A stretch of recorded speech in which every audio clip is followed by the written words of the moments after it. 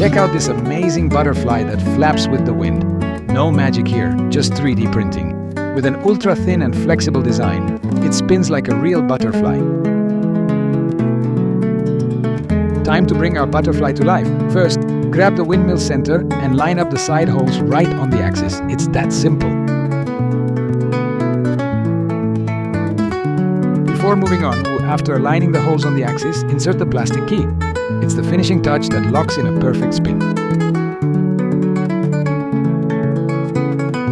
Next, insert the pin with a bead into the center hole. Make sure the bead is up front for a spectacular spin.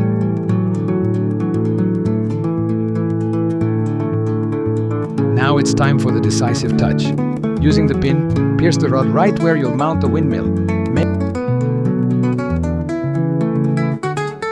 Time for some fine-tuning. Remove the pin, add a bead for smoother spinning, and put everything back in place. Ready to take off. And that's it. Time to enjoy our butterfly windmill, flapping its wings in the breeze. Let it fly. And just like that, our butterfly windmill is ready to take flight. If you liked it, hit the like button, share it, and let me know in the comments what you think. See you in the next project.